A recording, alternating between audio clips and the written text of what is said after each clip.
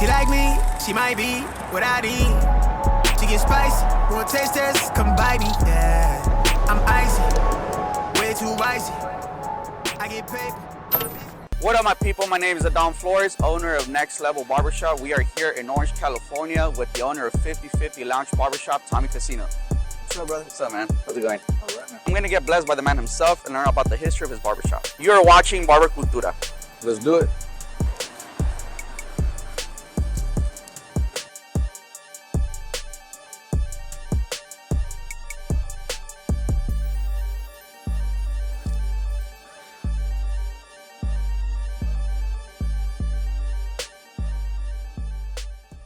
Tell me about the history of the barbershop and when you guys were established.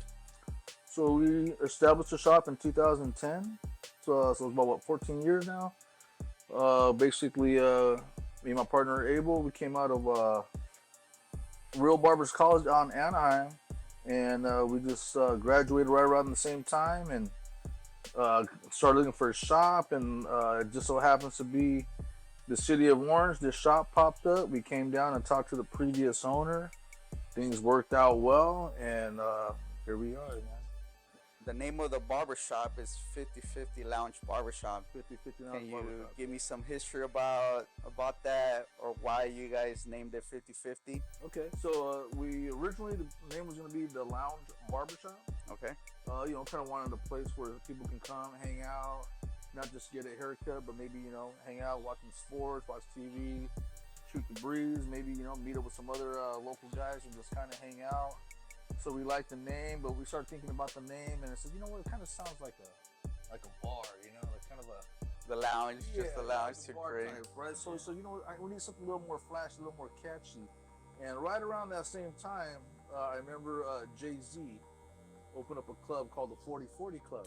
Okay. So really no rhyme or reason, man, but 5050 Lounge Barbershop, 5050 Lounge. It just had a catchy little ring to it.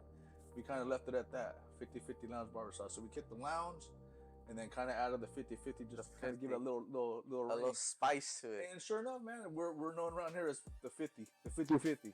No one calls it the bar. Not even lounge, they call it just 5050. What do you think of that? We'll go to 5050. It caught on. That's cool, man. How was your experience your first time cutting hair? I think like most barbers, it's a little nerve-wracking. You get a little nervous. You know, you get the bugs. You got to kind of, you know, as time goes on, it gets easier and easier. But yeah, the first time you're a little nervous. You know, yeah. You're learning not just cutting hair, but also talking to people, dealing with people, how to conversate, how to keep a conversation going, kind of get to know each other, right? Yeah. As time goes on, it gets easier. But the first time, it's always a little nervous. You know, you kind of focusing on the haircut, but also, you know, trying to keep your client entertained or occupied and trying to build a relationship with that person. So the first time you're a little nervous, you know, but as the time goes on, it gets easier, it becomes second nature.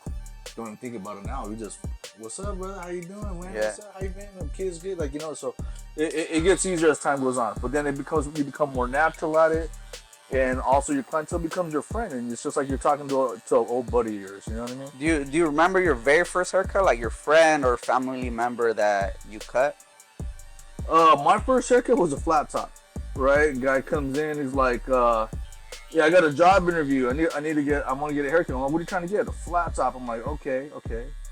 Not a cut that I do very often, but I said, you know what? Let me eyeball what I'm looking at, and let's just do it. And we did it. You know, flat top is a freehand haircut. Basically, you kind of got to eyeball it. That was my first haircut, and I was nervous as hell. I ain't gonna lie. Kind of threw you in the fire, like, hey man, this is what I want. Well, how am I gonna react? You know. So I was like, you know, in my head, I'm like, yeah, I feel like a lot of barbers struggle with flat tops. Well, in my head, I'm like, you don't know what the hell you're doing. But I said, but I'm gonna make it work. You know. Yeah. So from your knowledge, this spot in particular, has it always been a barbershop? From my understanding, this has always been a barbershop. I believe, I want to say we are the third owners of this place. Someone told me early 60s. Early 60s? Yeah, early 60s, mid 60s area. Nice. That's good. Okay, Tommy, so what motivated you to start cutting hair? Yeah, it sounds kind of funny, man, but as a kid growing up, my mom loved Elvis. She was a big Elvis fan. I grew up watching all the Elvis movies, and growing up, man, I thought to myself, that dude has a badass haircut. I love that dude. The dude's hair was badass, right? You it's not like, you know, nowadays style, but I feel like back then that was a good haircut, you know. The way I see it, if it looks good, it looks good. If it looks good, it lasts forever, right? Yeah, So that haircut, you could rock the haircut now and people would be like, that's a bad haircut, you know? Yeah. Even though it may not be with today's trends and style, a good haircut is what they call a classic, right? It never goes away, man. So I think it transitioned into a fade. People still rock the pompadour style. Pompadour with the fade on the side, or a little taper. It's a little tighter now on the sides. You know, I like the traditional size where you can comb it, but to me that style is classic, traditional. It's traditional. Yeah, and that kind of caught my eyes. I didn't necessarily know I wanted to be a barber, but I always thought he had a badass haircut, and I always liked his haircut. Okay. Getting into high school, you know, you always ask your mom, "Hey, mom, you get some money for a haircut, right?" And mom would like, "All right, here's your haircut.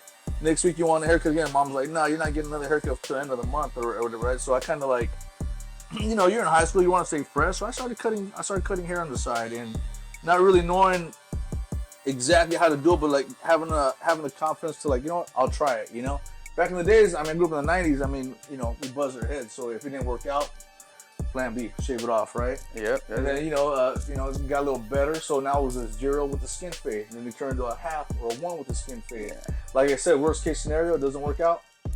But there you go. Nice.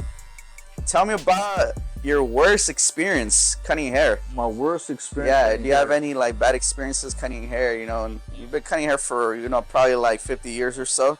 Or, yeah, pretty you know? close to 50 years. Yeah, So. Right about there, man. I was using, you know, the traditional the scissors, right? Yeah. So one of my memorable situations cutting hair, and it's also a great learning experience, was probably about 3 months into the business. I get a guy, you know, he's asking me for a fade, and I went a little too high on the fade, you know. And all of a sudden, in the middle of the haircut, he stops and he yells at me and says, "Hey, does it look like I'm going to the military?" I was like, "Hey, man, I apologize. I'm sorry, man." So he kind of, first time I got yelled at.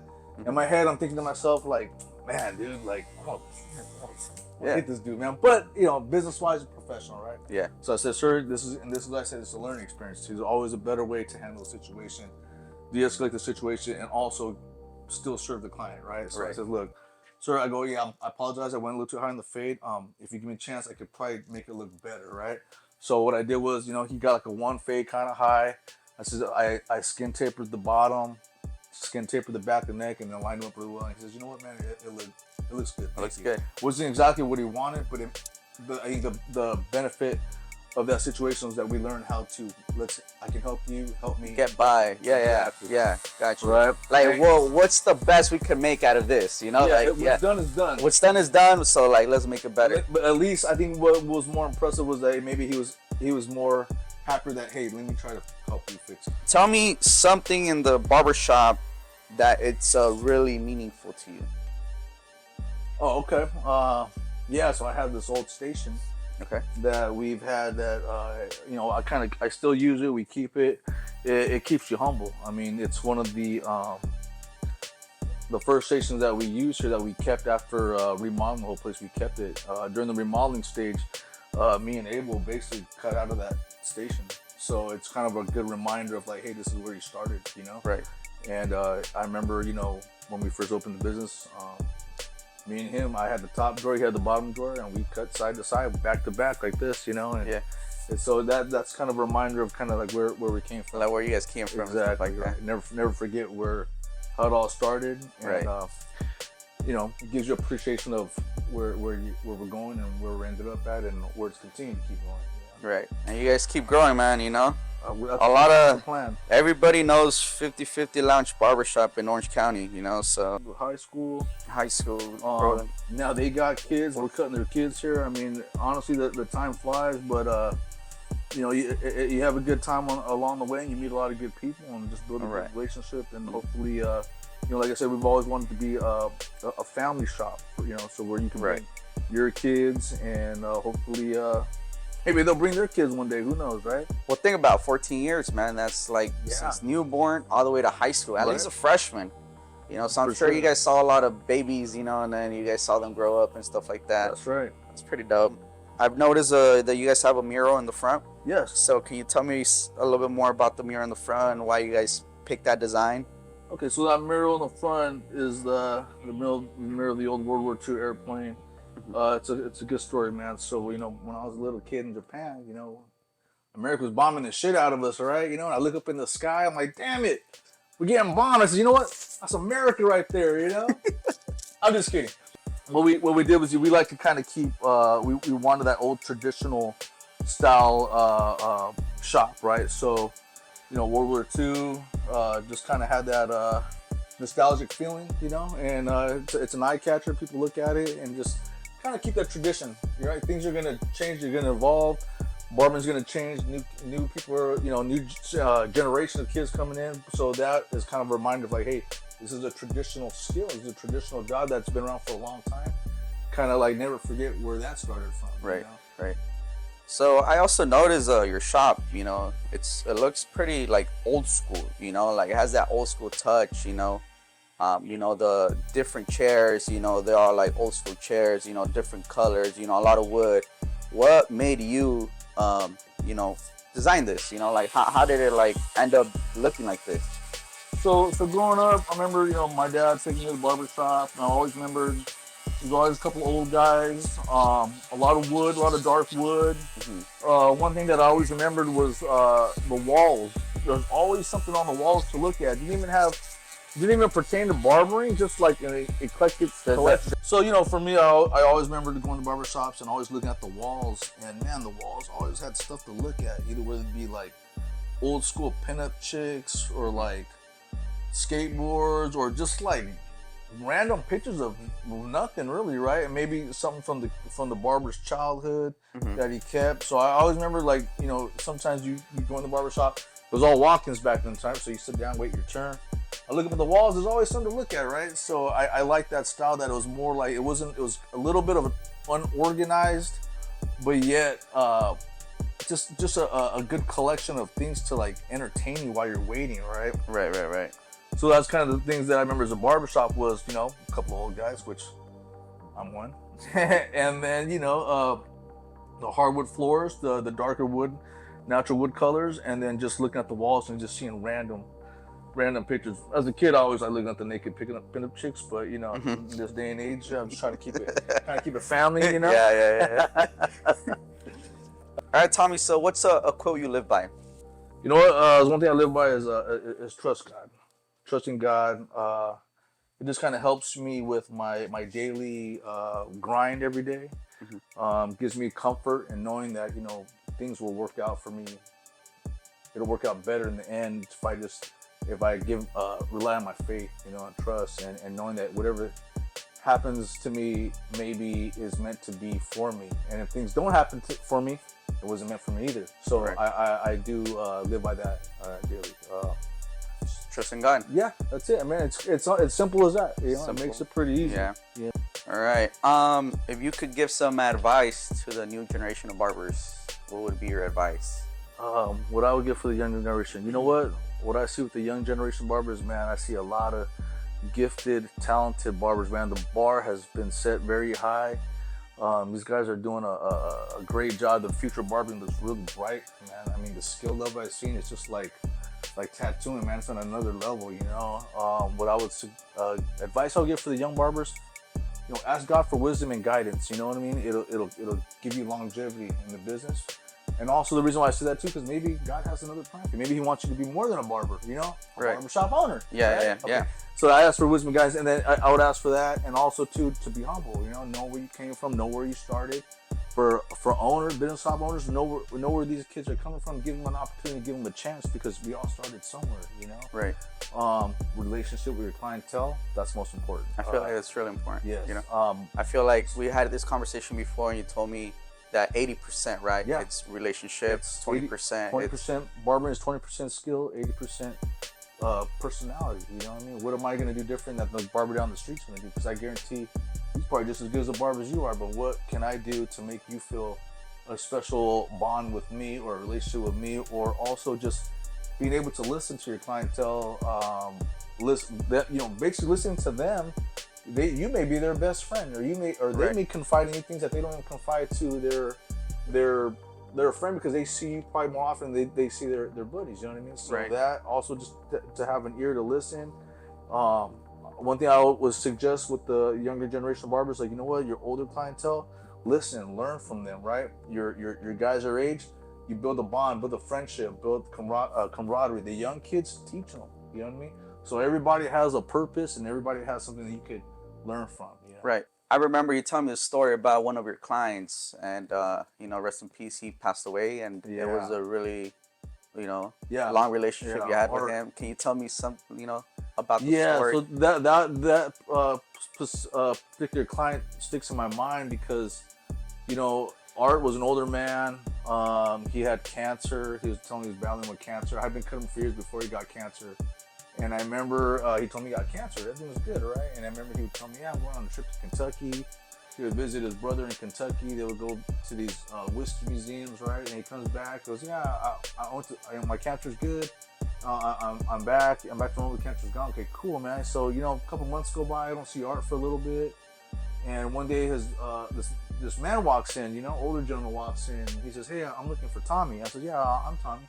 He goes, hey, my brother's Art. I'm like, okay, yeah, how's Art doing? I haven't seen him all. He said, yeah, Art passed away. I'm like, oh, man. It surprised me because he told me he beat the cancer. What really touched my heart was that in his last days, and he was getting ready to pass on, he told his brother to make sure you tell my barber that I'm not gonna make it. Right. So in his last days, he's thinking about me. So I'm his barber. So I'm thinking, you know what? It hadn't been more than just being a barber. Maybe it was a guy that he used to talking to. You know, he was an older fellow. I think his wife passed away, so you ended up being his friend, you know. So to me, that was pretty touching. Build that relationship with your client. You know, on my dying deathbed, you know, I don't know if that's the last thing I'll think about, but that really emotionally affected me. Yeah. Anything you want to say, Tommy? You know, about your shop? Anything, you know, that you want the people to know about your shop? Like I said, I think of it's not about my shop. It's about the next generation of barbers. Mm-hmm. You know, the way I look at it is like, yeah, we all work at different shops. There's different shops around, but you know, honestly, man, we're all a brotherhood. We're all barbers, just at different locations. Yeah. I mean, in a beautiful city like Orange County in general, man, there's so many people out there, and that, you know, there's the population is way bigger than the amount of shops there are. So there's enough business to go on for everybody.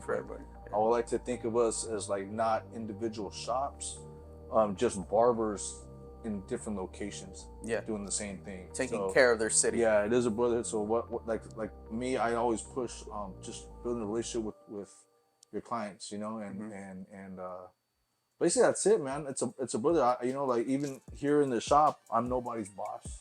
Cool. Maybe the owner, man, but I do what you do. I cut hair just like you do. Cool. I'm not here to, you know, I'm not here to say I'm the boss. I'm just here as a team.